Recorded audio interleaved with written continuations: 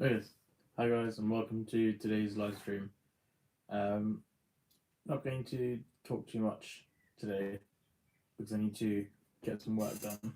So yeah, got a few 1,000 words to write. So let's just crack on with it. So we'll start off now.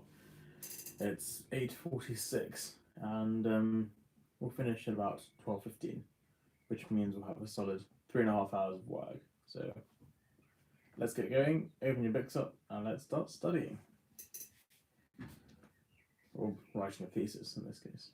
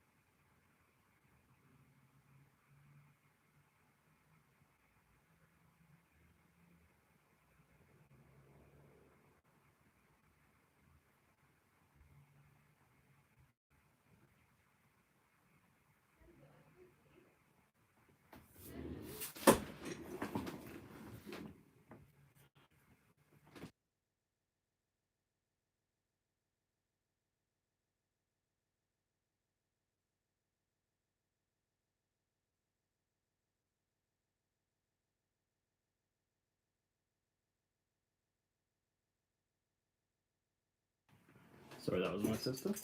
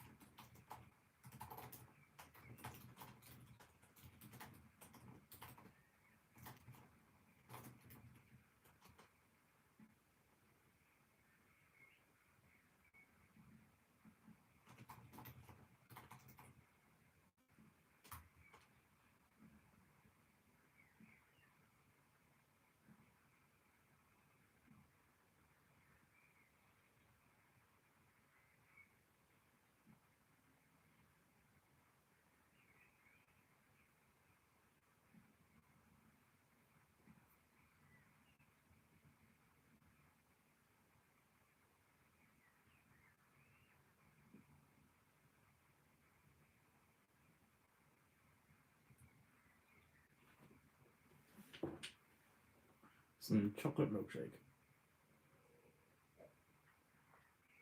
One is a milkshake, it's Milo. Yeah, who doesn't like Milo?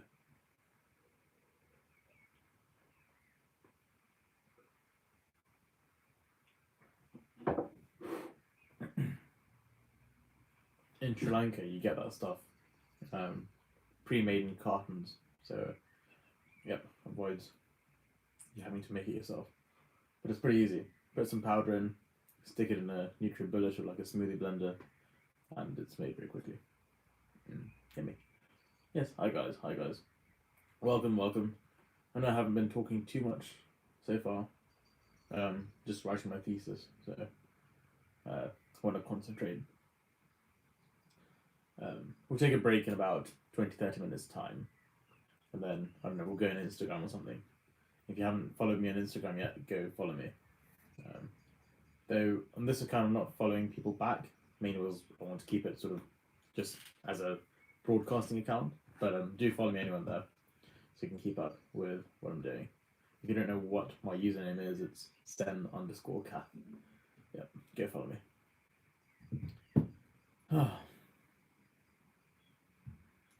Right, let's actually write around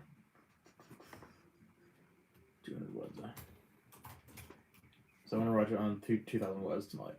And then if I write another 2,000 tonight, then I'll be solidly on good progress, which will allow me to then spend all of tomorrow putting in some figures, then send off an early draft to my supervisor. My supervisor is pretty thorough. He's kicked my ass a few times this year. Yeah, he's been to MIT. He's been a postdoc at Harvard, so he knows his stuff. And being a medical student doing engineering, I'd say he's been very tolerant of me getting to grips with things. Yeah. How have you guys been? Let me know in the comments below. Hope all is good. I had a pretty chill day. We're trying to burn a big tree stump at the back of our garden. So if any of you have ideas as to how to get rid of one of those, then let me know. I bought some petrol on it earlier and lit it up. Well, I didn't light it right next to it. Put some like a kitchen towel on the end of a long copper pipe. Lit the kitchen towel, then for like 3 meters, stuck it in there, and it went pretty cool. Right, chat's over now. Let's get back to work. C4, yeah. If I put C4, I'll blow up the next door neighbor's house as well. Good idea though. Good idea. Might also have the bomb squad arrive and the police and all of that. Any major advice for people who want to apply for engineering at Cambridge? Good question. Yeah, major advice. Major advice, normal advice, it's all the same. All the advice I give is major. For engineering, well, I didn't apply for engineering myself, but going through the traditional route, make sure you're good at math, like very good at math. Make sure you can problem solve, so practice solving. Yeah, I don't give you bullshit advice. Practice solving problems. So like, if you remember in mechanics, in some of the questions, they give you some basic information, like the minimal amount of information they can, and they tell you, okay, work out what's happening. So related to that, try and find other similar questions. Let me give you a website actually. I'll put it up now. What's his name? There's an admissions tutor at Queen's College who actually lectured me. Graham Trees. That's not Graham Trees.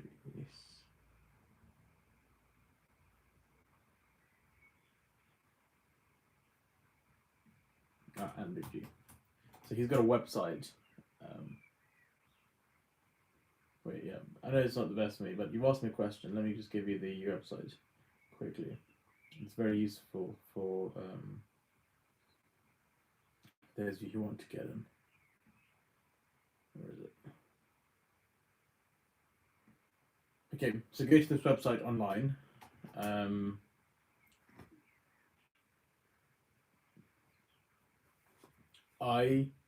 dash want dash to dash study dash engineering.org, and it's a really good website. So again, it's I-want-to-study-engineering.org, and that website is written by a Queen's College admissions tutor, and he's known to be one of the harshest admissions tutors that I know of, and actually even as a lecturer is very strict. And he's literally written like hundreds of questions that are on the level of sort of Cambridge interview questions for engineering. So you know, go on that website and see if you can answer those questions, and give it a go.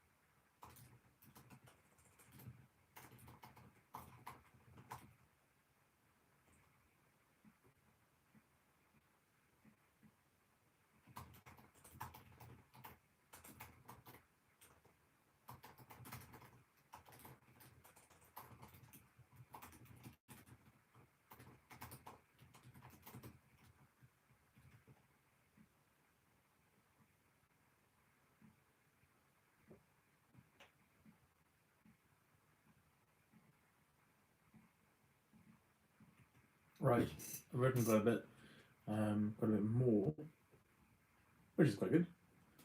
Let's take a quick break, and then we'll crack on with a bit more. That's the thing with writing a thesis. It's not like revising or studying, right? It's just about sort of thinking, being creative, um, like, and yeah, just like writing something of good quality. Of course, you know, you go through it eventually and you sort of reword things and you make it sound better and you phrase it better. You push in more research, you push in more papers just to validate your work more. But you know, now it's just a matter of getting ideas on paper.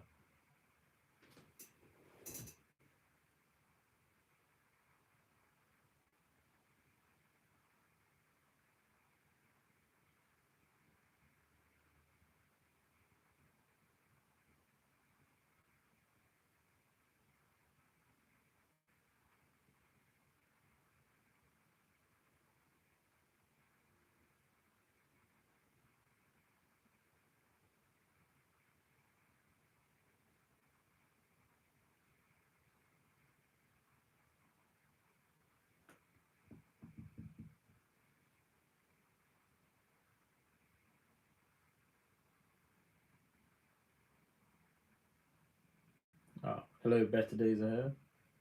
Let's check the live chat.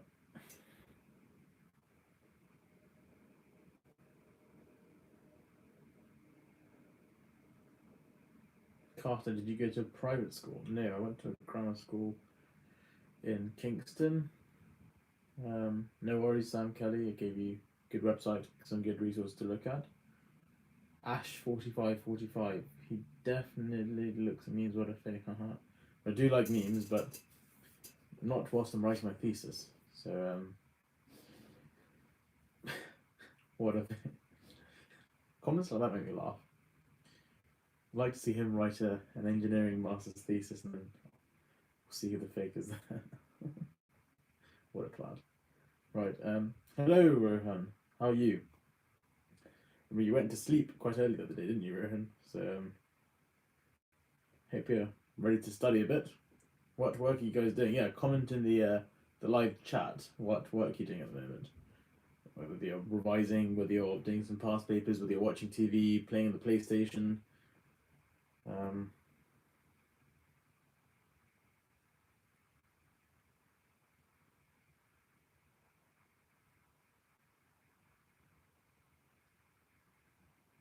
Yikes, I've got so many DMs I need to answer.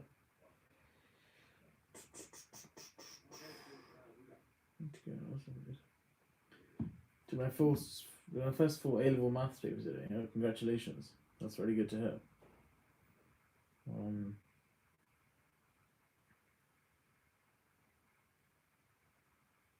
Yep, I remember I did my first full A-level maths paper and I got most of it wrong, to be fair. That's it. Hopefully you did better than me. Playing FIFA and simultaneously planning my future. You know, the usual. Good work, Sam. I was sitting there earlier planning my future. I was having a few discussions with my mum. Of course, I'm sure you will agree, your mums are one of the most important people who help you plan your future. Always worthwhile running a plan by them before. Are you people who talk to your parents quite a bit about what you want to do, or do you sort of plough ahead with what you think is the best? Let me know in the live chat.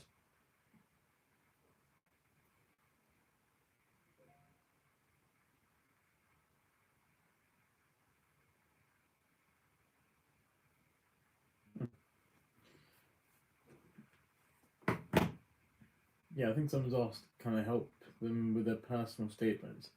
I do have like a small company that helps people with personal statements, and well, we've actually had quite a few students who've gone through it and have gotten places at Cambridge and Oxford and London medical schools. I think we're reading the website at the moment, so I'm not going to tell you the website now. but I'll share it with you later. It's just me and a bunch of friends who are, um, just doing this to help students out. There are loads of other resources, there are loads of other companies as well. So, we're just providing another service, I think. But that said, I did start my first tutoring business when had just finished my GCSEs. So I've been tutoring since a young age. Tutoring's good fun, actually. I do enjoy it. But sometimes it can get quite stressful when the parents are very intense. And it's a bit like, well, I know what I'm doing. Trust me with it. You chill out. You get some parents who actually like spend half an hour after the lesson talking to you about how the kids are doing, and I'm like, you realise I've got another student after your student, and that your kid, and, the parent seems more worried than the actual student themselves.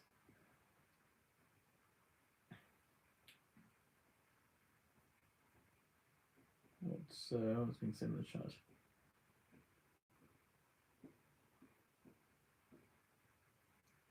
That's the only conversations I have with my parents, really, to be honest. Not the type to talk to them about anything personal. Fair enough.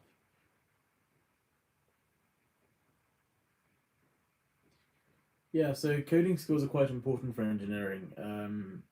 You learn coding whilst you join, or after you join, the engineering cohort.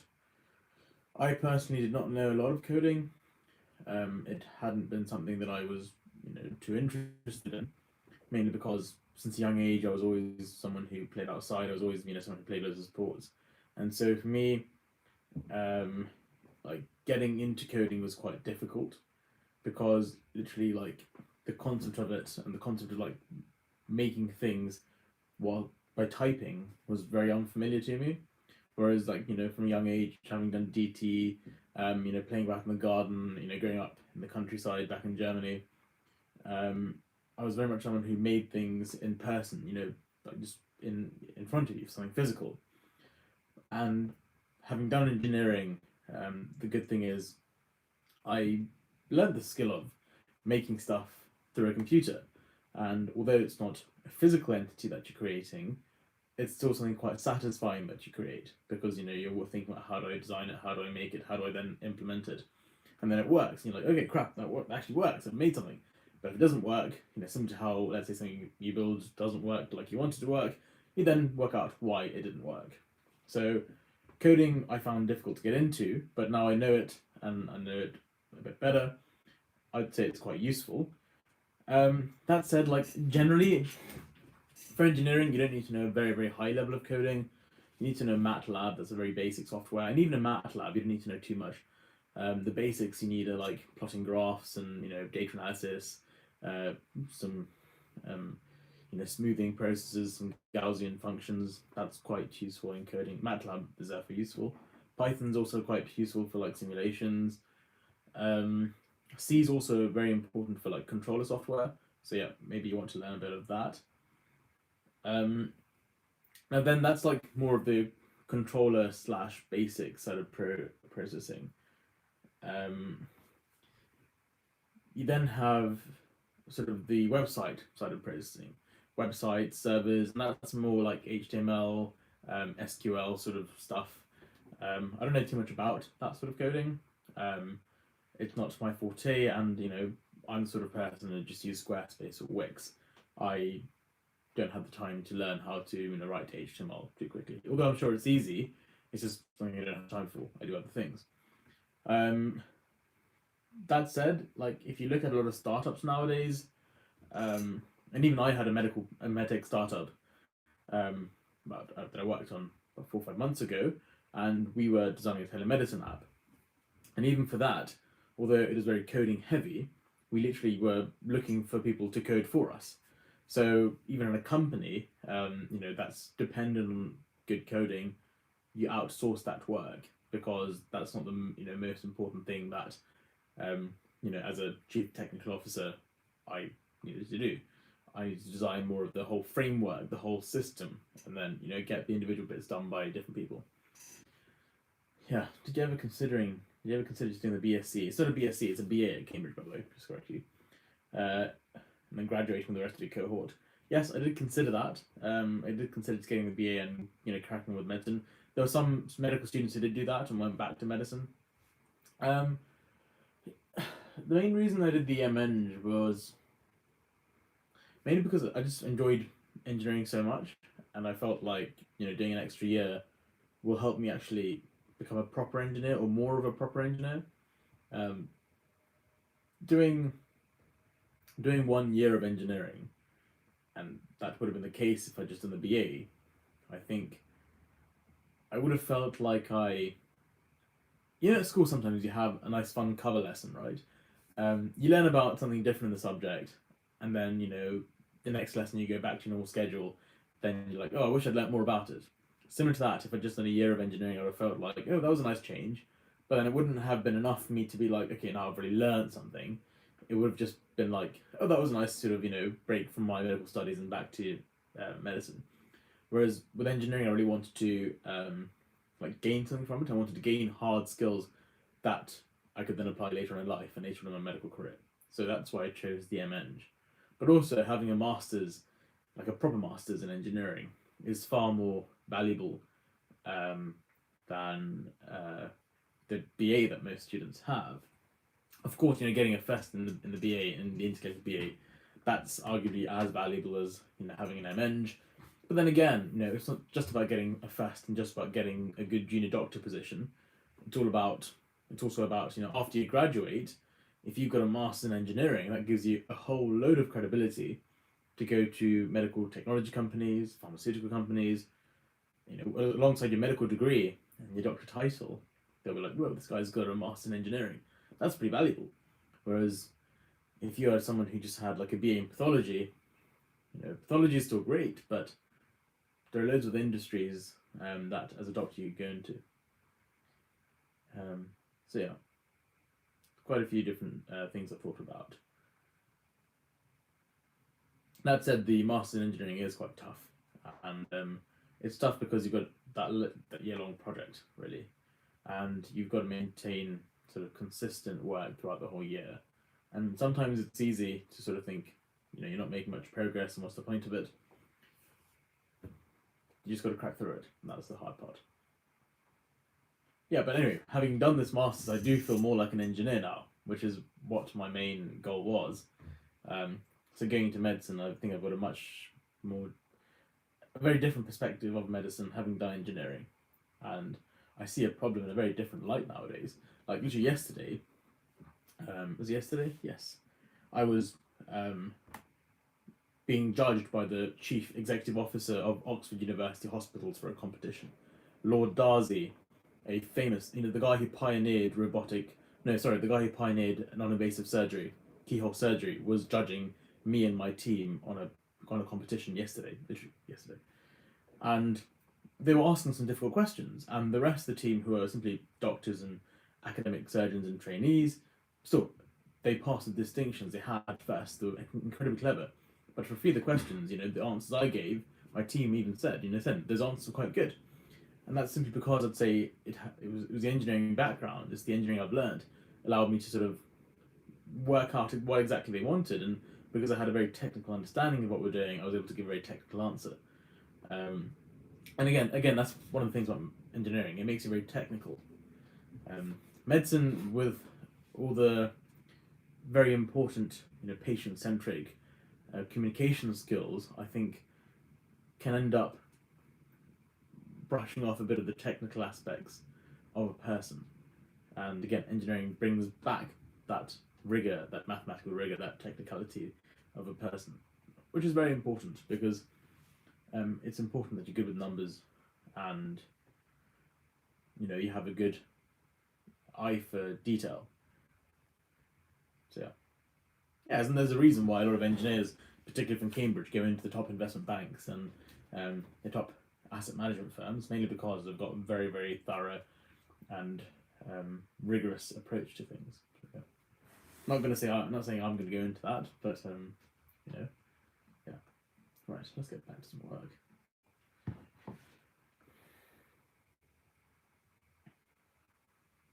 Yeah, like carry on asking questions in the comments in the live chat thing.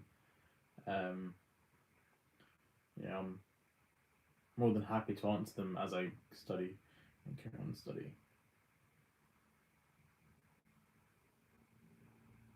And also, if you if you don't have anything to say, think about some videos you want me to make after my master's thesis is submitted, and comment that, and then I'll get around to making those videos.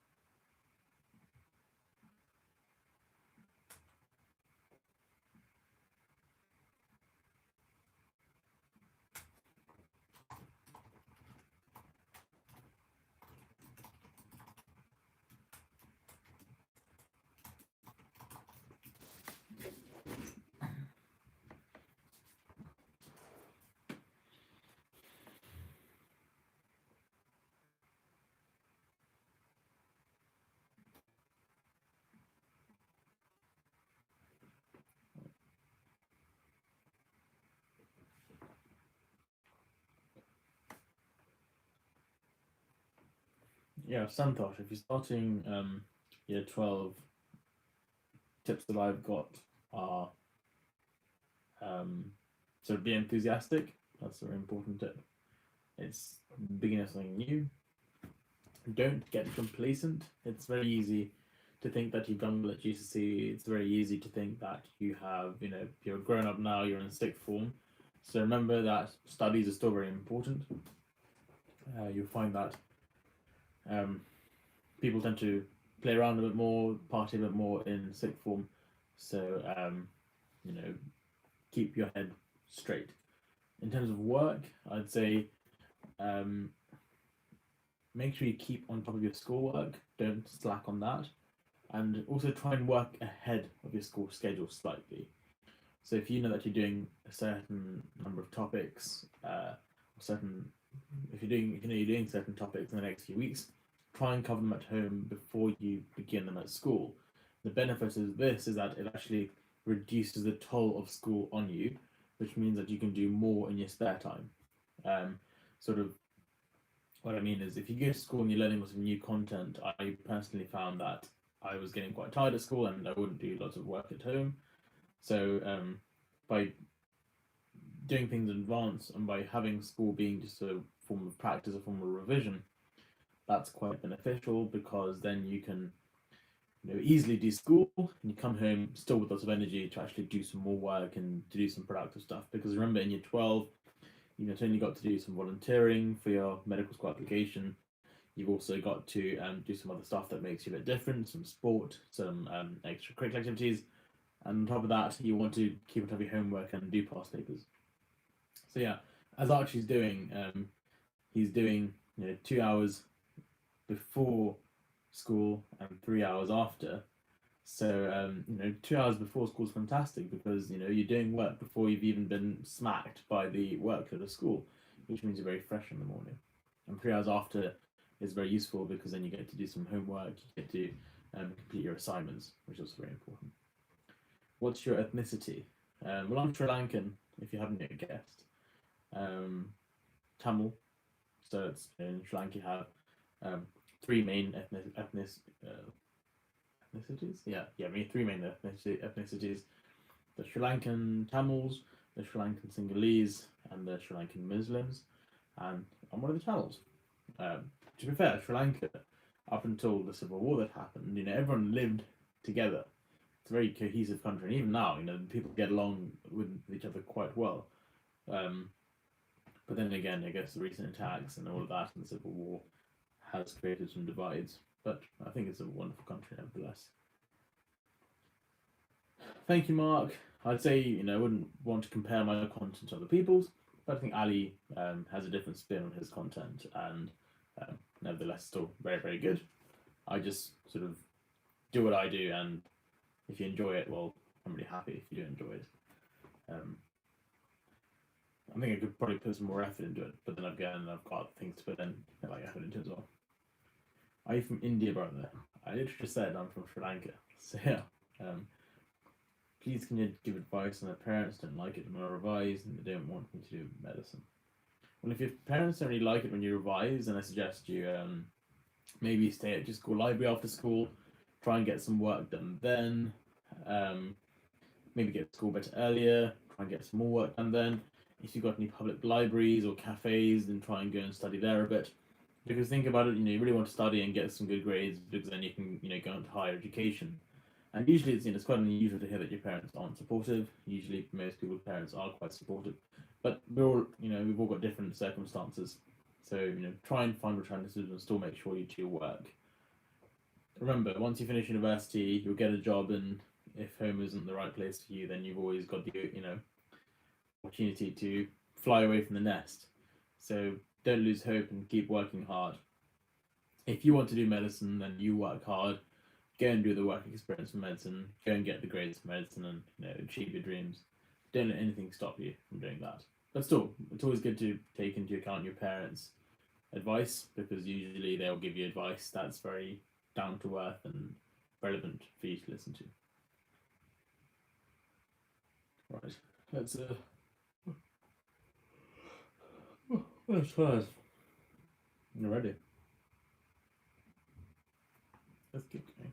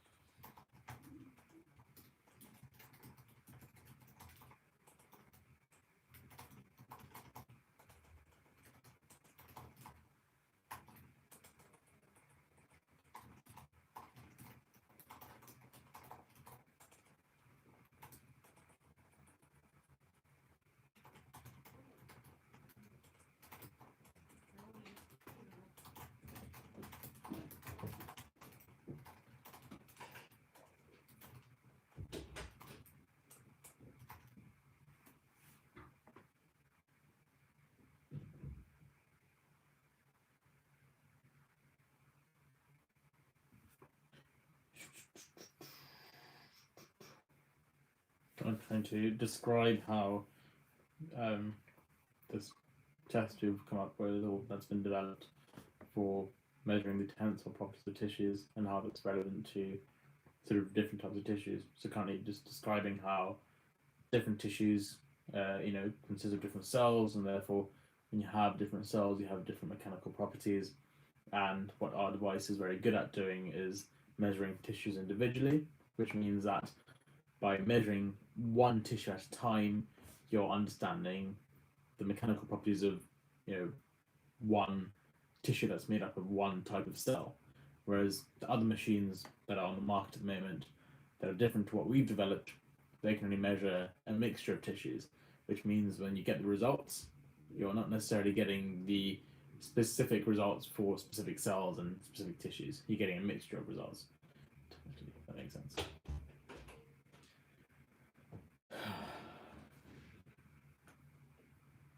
Currently on 17 pages of pure text, which once I blow it out should be around 30, 40 pages. Actually, let's see what it comes up to when we put it to 1.5 spacing. Yeah, when I put it to 1.5 spacing, I've got 25 pages already, which is quite a lot. What's my limit? Is it 50 pages? Probably. Right.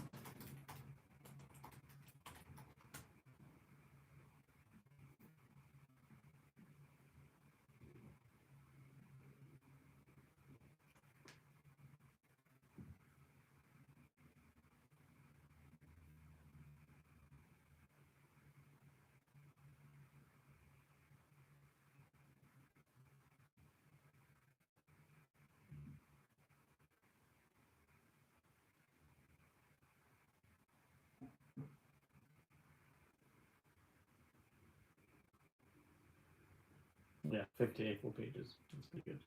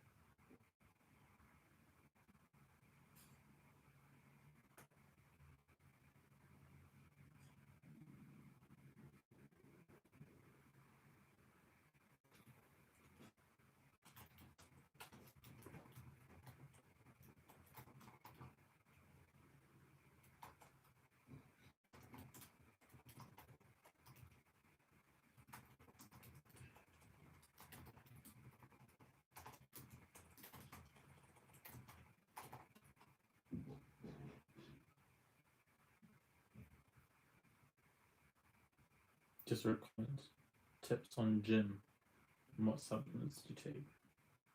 I think with gym stuff, it's mostly consistency. So when I got back from university, I was probably around 10, not 10, 6.5 kilograms heavier. Um, so the way I lost that was just consistent running, consistent exercise. Of course, I've toned that down to get this thesis done. So with the gym, also make sure you train regularly, have a schedule, focus on legs or like arms a certain number of days a week, and also mixing cardio. So I like to warm up with some good cardio. So like 20 minutes in the jogging machine, plus 10 minutes in the ergo, and then I start with the gym. One of the big things that I like with the gym is the sweat that you get on. So always carry like a towel with you, and for me a gym session isn't a gym session if afterwards I can't squeeze my top and I see water coming out of it. Supplement wise, I haven't actually been taking as many supplements as I used to. So when I was rowing a lot more, I would supplement my diet with protein shakes. I take so at school I was taking Optimum Nutrition not gold standard, 100 weight. Once I got to university, I was consuming a bit more protein, and Hydro Whey was a bit costly. But Hydro Whey, I really enjoyed that stuff. So I'd have one type of Hydro Whey, and then I got some gold standard Optimum Nutrition whey protein. That was quite nice. That was my main supplement. I was also taking some BCAAs, branched chain amino acids. They were, an important part of my supplements. And omega-3 fish pills, or like cod liver oil fish pills. They are very important. That.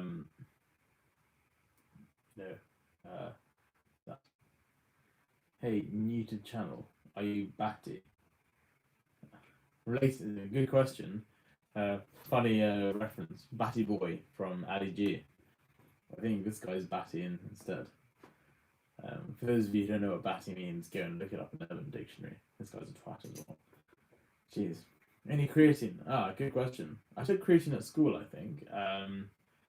Thing is, when I took it at school, number one, I was under 18, which isn't good, but also you had to take a lot of water. Like when you take creatine, it's really important you drink 3-4 liters of water a day. I took creatine such a long time ago. I don't remember my exact routine for it, but yeah, creatine. I wouldn't say you need creatine straight away. First, make sure you're on a good diet, you're training consistently, you're meeting your protein requirements, and you've got your macros and all sorted out. So, yeah. I took creatine. What do your parents do? My parents, what do they do? They're in property, and yeah, they've got a few licenses. Fair enough. Mostly property now, though, which is quite good. But that said, my parents are quite keen on sort of me and my sister finishing studying and then moving back to Sri Lanka. So that's quite interesting. Yeah, if you lost hair during creatine, then you should stop. Again, it's all age dependent. Remember, I had a bit of hair loss when I was sort of in my first year of university. I wasn't sure why I lost hair. It may just be what is it called, early male balding syndrome or something. Well, in most males, you do have some sort of balding early on. But of course, you should avoid it. And with hair, you want to make sure it's as healthy as possible. I think zinc helps reduce hair loss. And when I was losing hair, I did take some zinc supplements, but then it turned out taking too much zinc is also bad. So the best thing to do is just eat a very healthy diet, lots of veg, lots of fruits, because then you gain all these nutrients without having to take supplements. So yeah. In what situation do you choose to listen to music when studying? Why not listen to them now? That's a good question. I generally listen to music when I'm kind of bored. So when I'm engaged enough to, when I'm engaged enough to like write something as I am now, not now talking to you, but when I was writing, then I don't need music.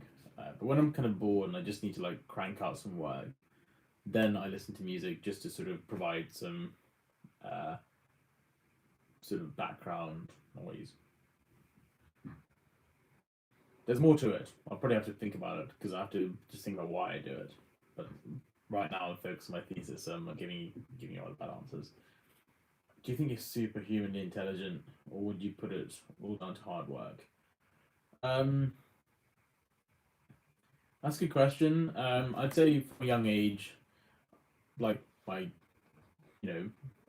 family friends back in Germany and all would say I was a bright kid um, when I was younger. You do have some kids which are literally like conkers. They are thick as lead. So I wasn't one of those. I'd say from a young age I was reasonably bright. Not going to say I was superhumanly intelligent. That's not me. But I was hardworking when I realised what I wanted to achieve. So I'd say a mixture of being quite inquisitive, quite curious when I was young, and then that was furthered on by my parents, making me do certain things and introducing certain things at certain points of my life, which allowed me to make progress and achieve things to lead me to where I am now. And just to say, just because you're at Cambridge doesn't mean you're superhumanly intelligent. You're like everybody else. This is you're able to um, work in a certain way. Wait, so you're going to go back to Sri Lanka and practice as a doctor and do medtech there? No. Um, so because I was born in Germany, I actually kind of want to go back to Germany and work. Most likely I'll practice in the UK for quite a while. I want to work between the UK, Germany, and the US when I'm older. Sri Lanka, I'd love to go and do some sort of outreach work there. So even now I've planned on sort of, or have done some sort of charitable work for orphanages out there, and I mentioned it in a previous live broadcast, and some people donated towards it. That's more something that I do in my private thing. I don't like to share too much about it. As you guys know, I make some money through the teaching that I do in the summer and in some of the holidays. And for me, it's important that some of the money I make, I give back in terms of helping people that are less fortunate than me. So Sri Lanka, I'd say, is somewhere more that I will go to on a holiday to relax, to sort of help celebrate my heritage, as opposed to somewhere that I'd work. Medtech. So yeah, one of the medtech products that I worked on earlier this year was kind of focused on medtech for developing countries. Um, Again, doing medtech in Sri Lanka isn't the best of things, but Sri Lanka doesn't exactly have the best of medtech developing resources. I'd say that's better off done in the UK, in certain parts of the USA, like Boston, like Texas. Not Texas. No. Dallas in Texas. Yeah, it's got a very big medtech hub, and of course San Francisco. But I'd love to go and launch some things out there which can help the local people. That's very important to me.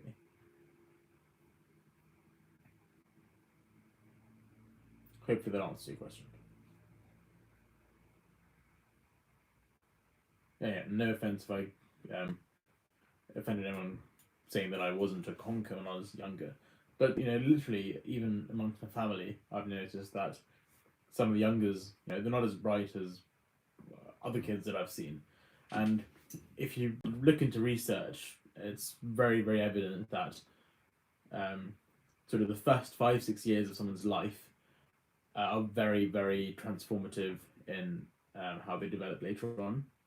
And so I'd say one of the reasons for, let's say, why generally kids nowadays are quite, the cleverer kids at a young age, one of the key reasons for that is because they've been outside, it's because they've been exposed to, lots of stimuli that encourage creative thinking when they're younger, compared to the ones which just watch television. Went to visit some cousins last week, and yeah, 6-year-old toddler or infant watching television most of the day, which isn't the best of things because it's not really going to help you think creatively. Don't worry about early on. At the start of year 11, I was predicted a 6 in maths and a 3 in English. I got 9s in both. Yeah, like I said, just because um, early on, it's important because um, I'd say it gives you values. It gives you sort of good memories from a younger age. But in terms of exams, like GCSEs, like A levels, it's easy. They're like they don't really quantify intelligence too well because they're literally your ability to memorize and regurgitate information. So, um, you know, well done for turning it around. And it's not hard to turn it around, but it just requires you to know how to turn it around.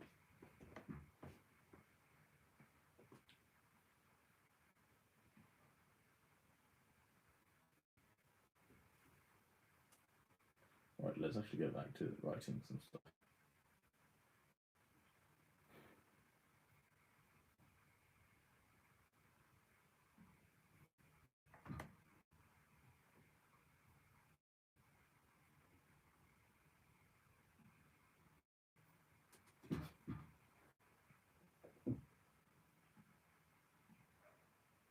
Right, whilst I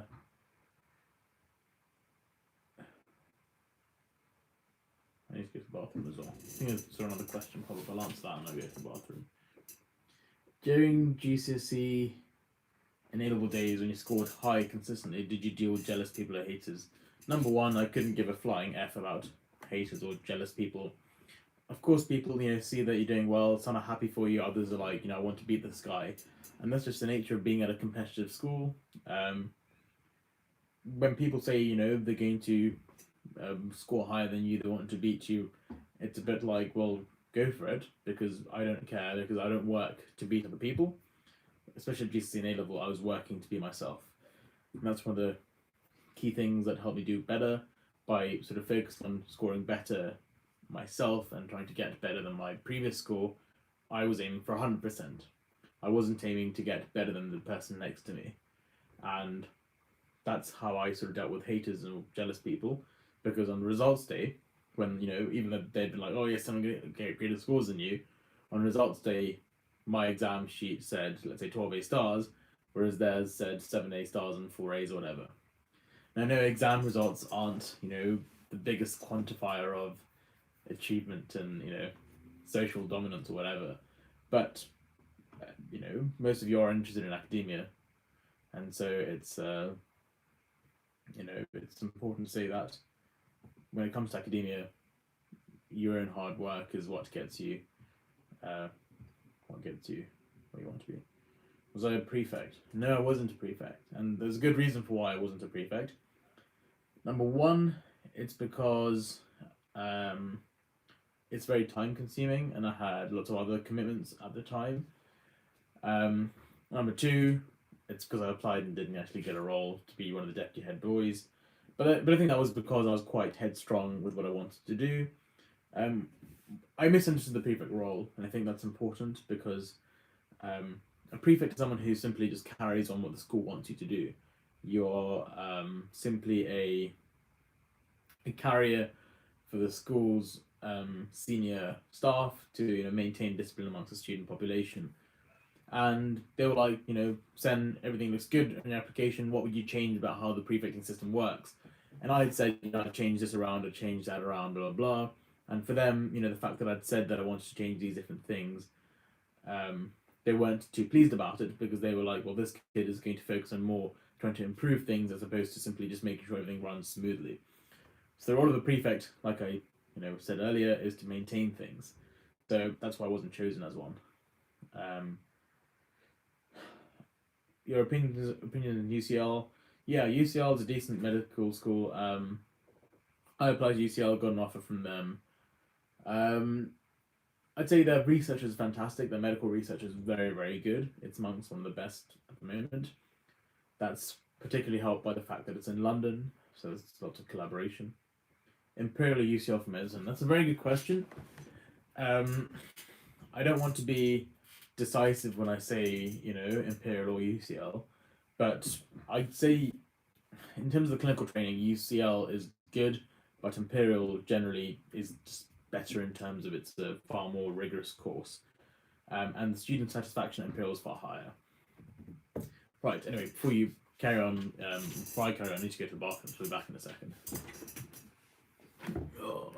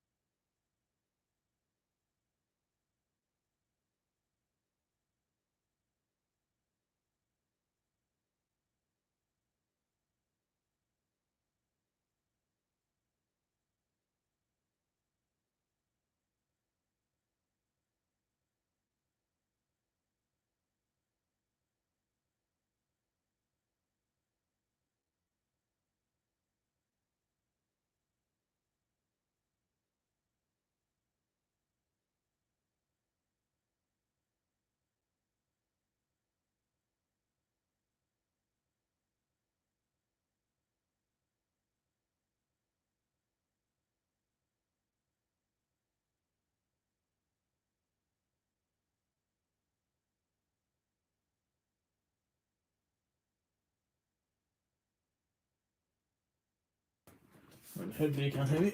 Oh. Should I use BMAT Ninja or Medify for BMAT? Good question. I'd say for BMAT specifically, BMAT Ninja is good, yes, but also, as I didn't use BMAT Ninja myself, when I revised,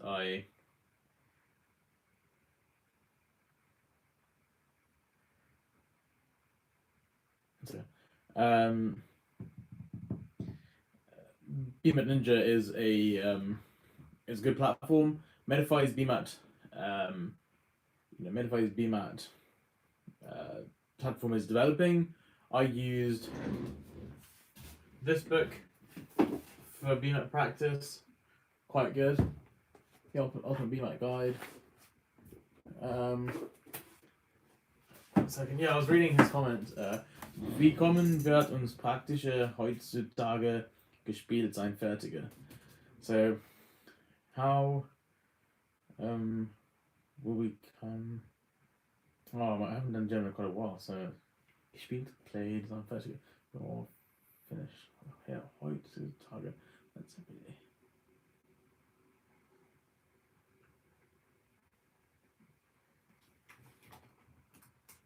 As in, I haven't literally done German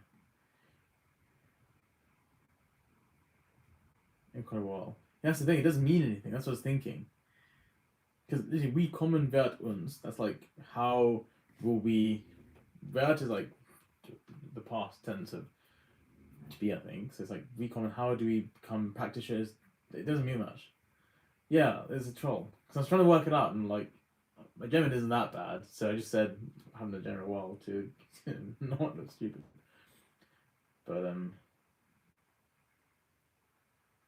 I didn't do GCSE German. I was born in Germany, but I did some German modules for engineering.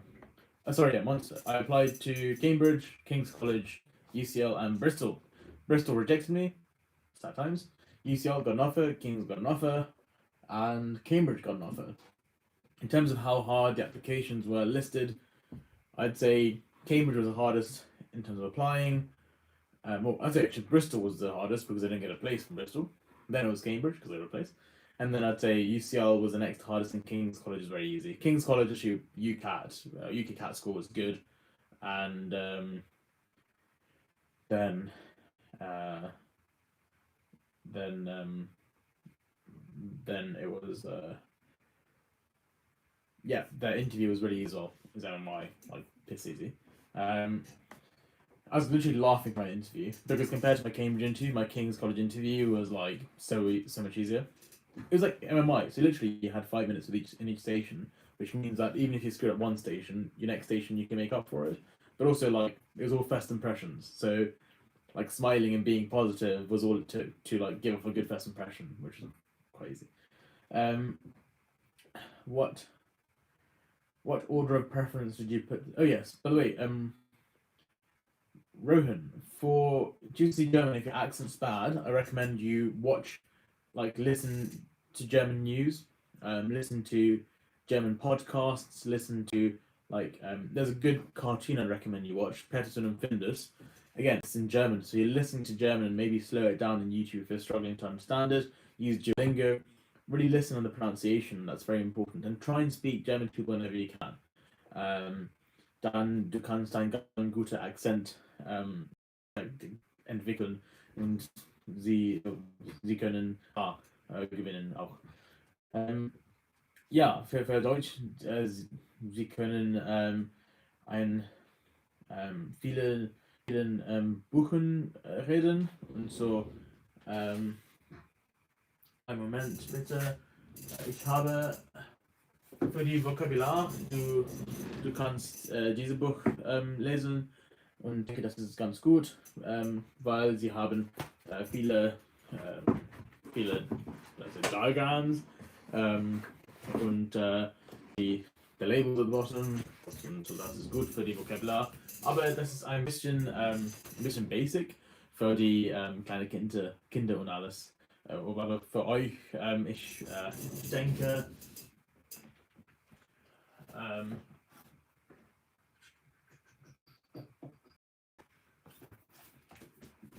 diese Bücher sind ganz gut für die Grammar und denke ich, Sie können am der Internet ein paar Websites finden, wo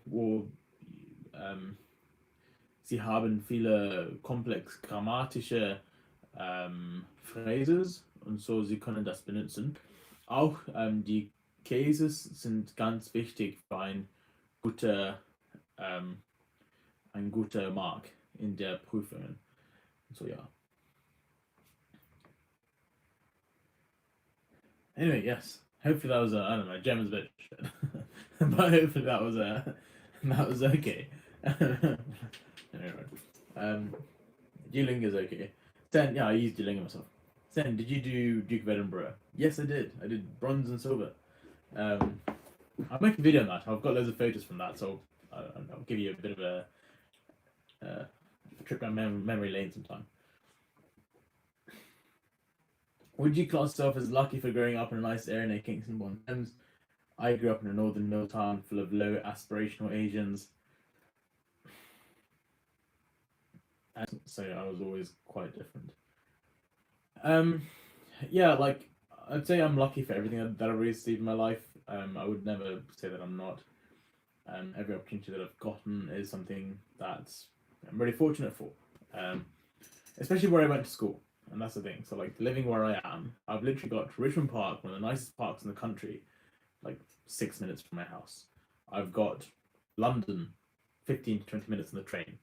I've got like the countryside, for example, I don't know, Guildford and beyond, deep Surrey, 10-minute drive.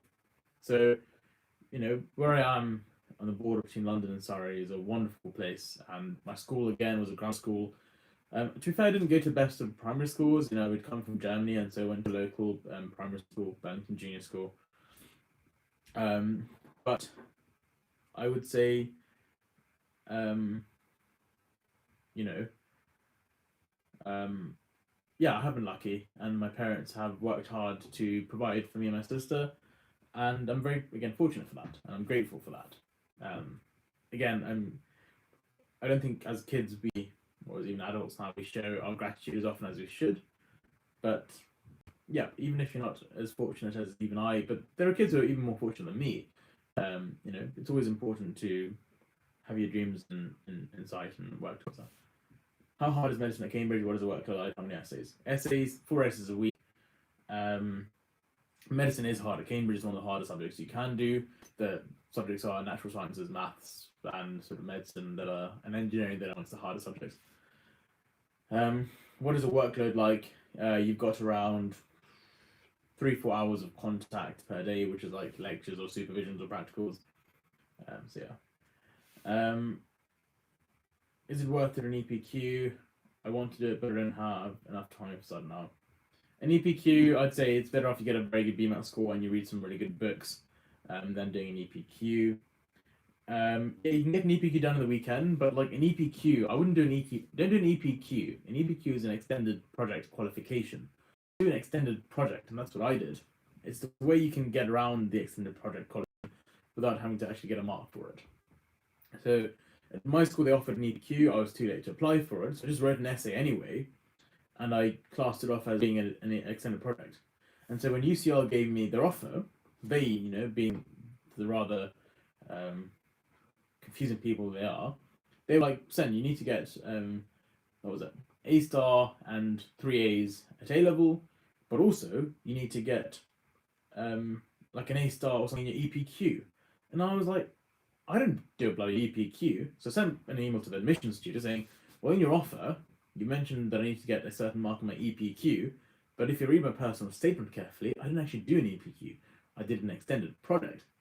And so, and they were like, oh yes, we're very sorry for the mistake we made. That's no longer a requirement for your offer. And I was like, thank you very much. But I went on to reject the offer anyway, because I put down King's College as my insurance offer. So yeah. Right. Do you think 4 A levels is more likely to get you into Cambridge than 3?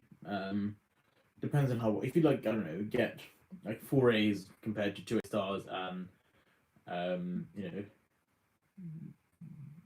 what 2 A stars 1 A, you're better off doing 3. It depends on your abilities and how well you know yourself.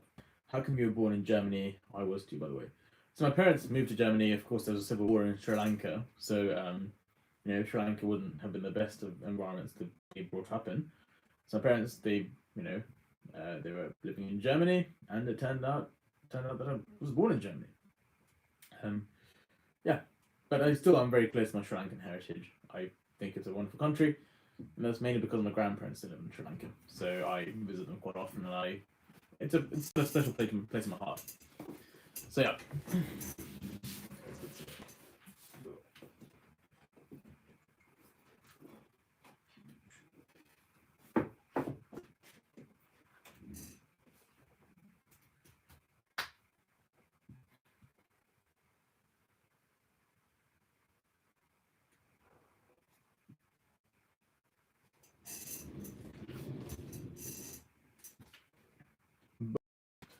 Boris Johnson. Yeah, good question.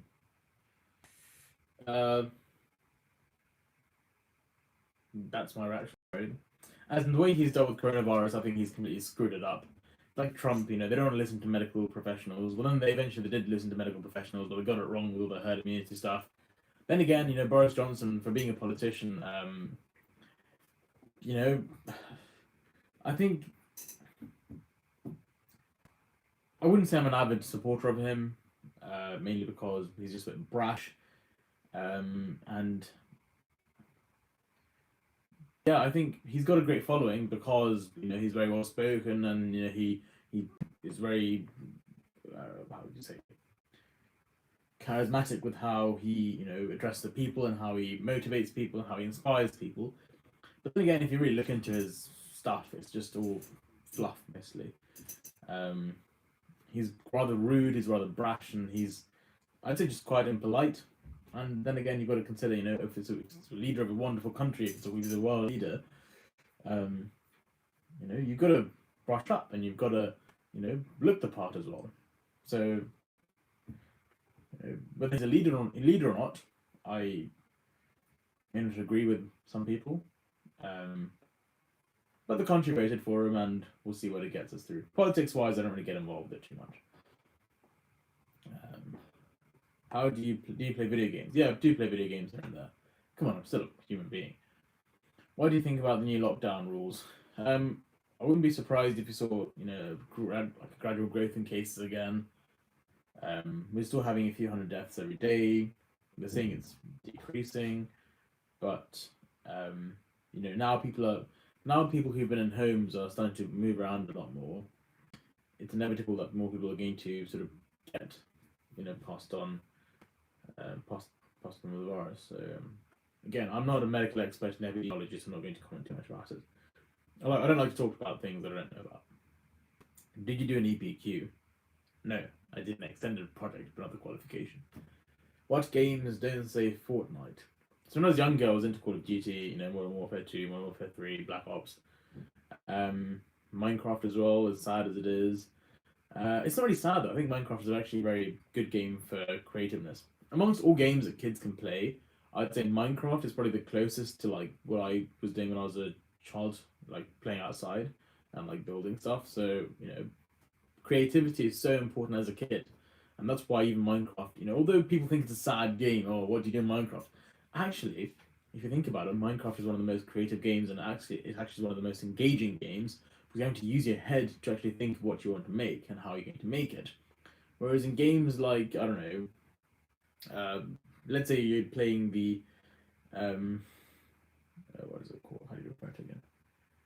The missions on Call of Duty, it's all very prescripted. You have to do certain things. It's all very like binary. You're killing or running. It's killing or you're running, and then it's not really creative. So running, it's killing or you're running, and then it's not really creative. So yeah, I defend Minecraft as being a good game. What's your favorite food? Um, favorite food.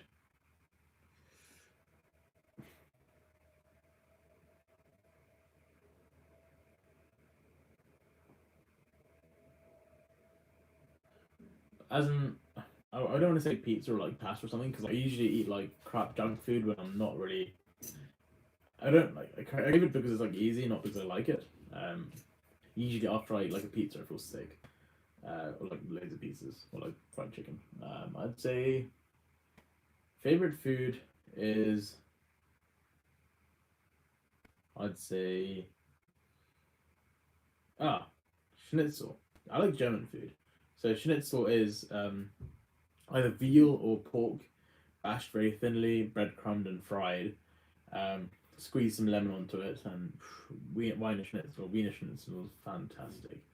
With some, Kartoffelsalat or something. That's potato salad in German. You can't beat it. Um, yeah. Do you watch KSI? Yeah, I used to watch KSI when I was younger. He's pretty good. I think nowadays he's not as good. He's um, gone downhill. But then again, young kids seem to love him, which is great. Uh, I'd say his videos were far funnier when he was younger, though. You could push the edge of when you could push the edge of um, how can I say, uh, you know, political correctness, and KSI was pushing it. That was quite funny. Um, yeah, no, no. When I say he's not gone downhill, he's turned to. I'm not saying he does. He's like, in my opinion, his comedy isn't as good as it used to be. So that's why I say he's gone downhill. But then again, um, for people who maybe haven't watched him for as long of a time, or people who still find his content amusing, of course he's great. But for me personally, I don't find it amusing anymore. Hence, he's gone downhill in my opinion. But of course, he carries on going up. It's like Justin Bieber, like people hated on him greatly, but didn't stop him from, growing massively and making millions of pounds. Um, can you speak German? Yes, I can speak German. Who's NDL? I don't know NDL. Rice Gum or KSI? I don't know Rice Gum, unfortunately, sorry. So KSI is what I'd go with. Did you ever struggle to balance video game time and study time? If so, how did you balance? Uh, Nathan Scarrett, what sort of bullshit? Sorry, I shouldn't swear, but like, what sort of bollocks questions are you asking? Like, you don't have anything better to do. Just get out of it. Do you ever struggle to balance video game time and study time? If so, how did you balance it?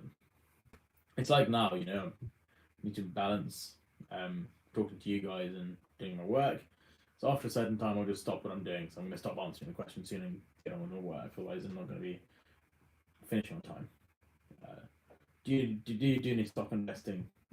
Um, I did some about 3 or 4 years ago, and I stopped. Mainly because I, number one, didn't have enough time to look after it, but also, yeah, well, how can I say? I'm reading the comments as I'm talking about it. Yeah, didn't have enough time, and I didn't want to lose any more money. I lost quite a bit, so I wasn't too happy. No, when I say a bit, I lost like £200, £300. So cool that everything else before I lost anymore. Flashcards or mind maps? flashcards. Do you use Anki? Yes. Get to work. Okay, let's get to work.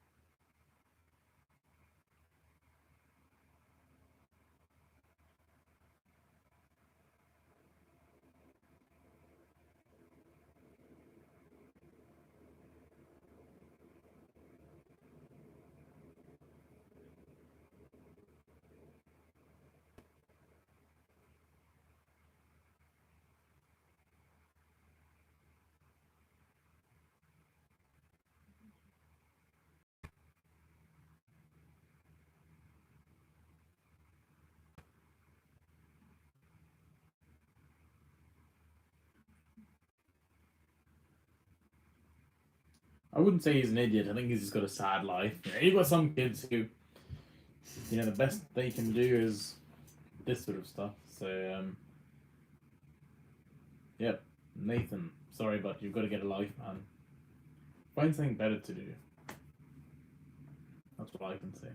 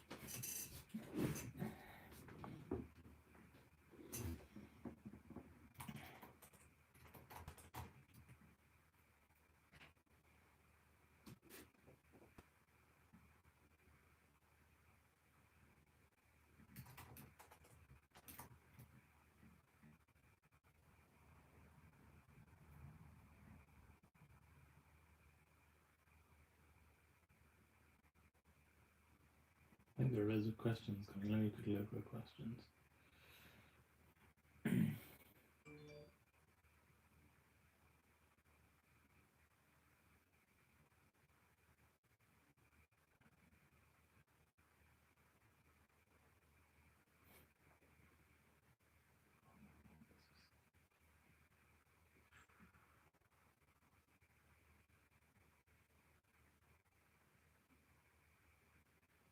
What sort of crap is Nathan talking about? Is an Apple computer good investment? Yeah, it's good. It's good investment. I've been meaning to make a video about this actually. Yeah, Apple computers work well. They perform functions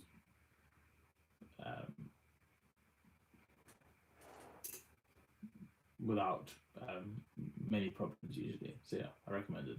I'll make a video later on.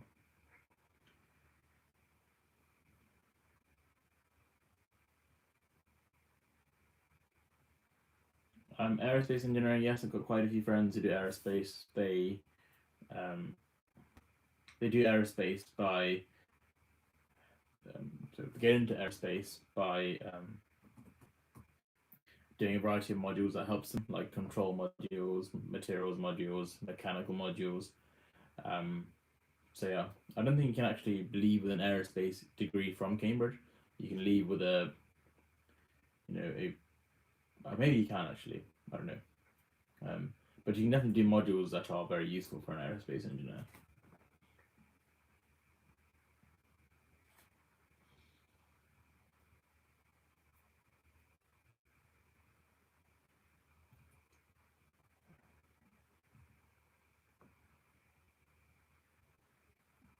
Racism, not really, not much, not much.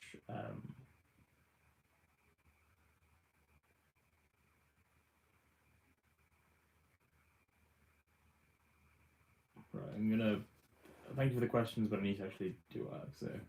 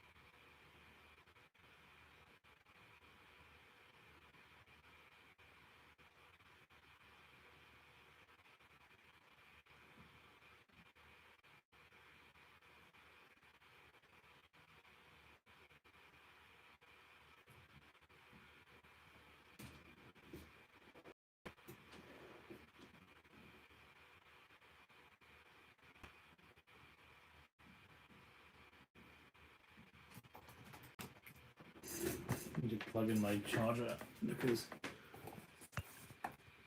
well, there we go.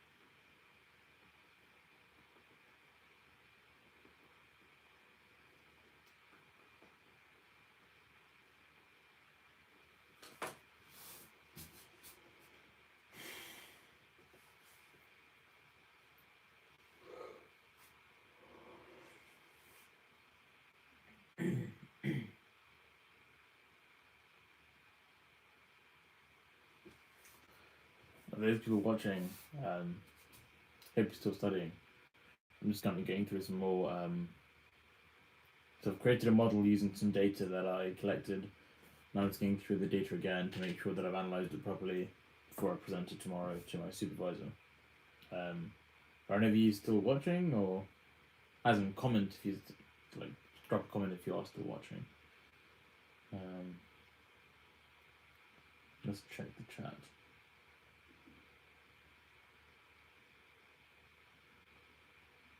Oh yes, the people are watching. Good work. Fantastic. Oh, I'm surprised you all are still watching.